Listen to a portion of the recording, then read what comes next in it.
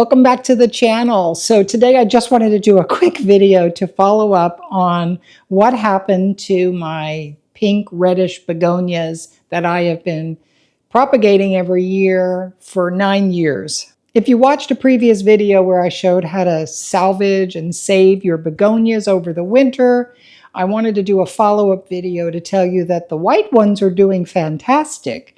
And this is what they look like right now outside. It's 100 degrees outside right now, so it is a bit warm to be doing this out there. So I brought it here in the kitchen and just wanted to show you. This is what the pink, reddish pink begonias look like right now, which there is only one stalk left. And I think it's time to just say we're done with that one. And this is one of those lessons you learn when you're gardening is, I've been so proud of this one. I've had it for 9 years. I keep making cuttings and making new ones, and it just grows so beautiful. And I finally lost it. So what I did was I went to the nursery and I picked up something as close to matching as I could, and I got 2 of these. And they're just in the little 4-inch pots.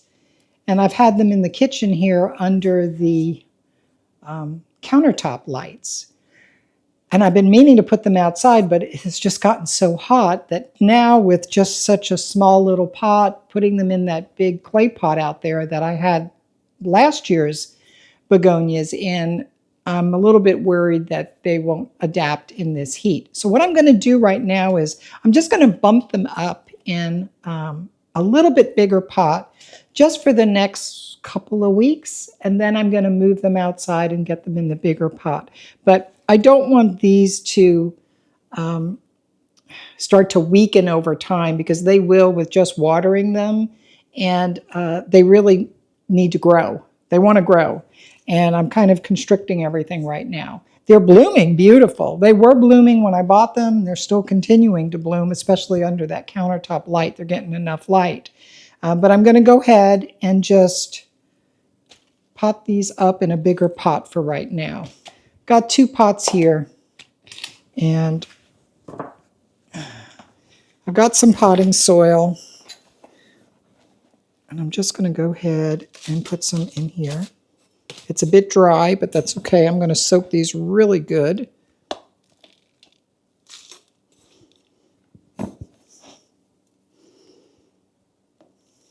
One of them came with a tag, so at least I know what variety is. It's a dragon wing red.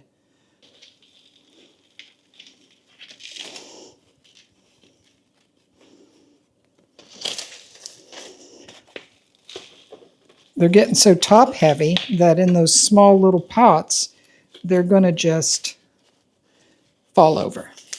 So I'm going to pack this down really nice. I'm glad I have this mat to catch all of this soil. I don't really want this all in the kitchen, but there we go. Okay, and then I'm going to give it just a little bit of organic fertilizer, just to kind of help it along, keep it happy. Just a little bit. Mix that in.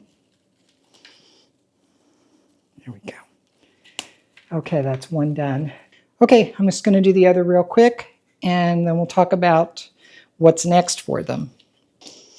Now, if I was outside, I'd probably take a little container and mix the soil with the fertilizer and mix it all up really good. But since I'm inside, I just really don't have the space to do that right now. Okay, we'll get these in here, and then I'm just going to give them some filtered water and get them hydrated.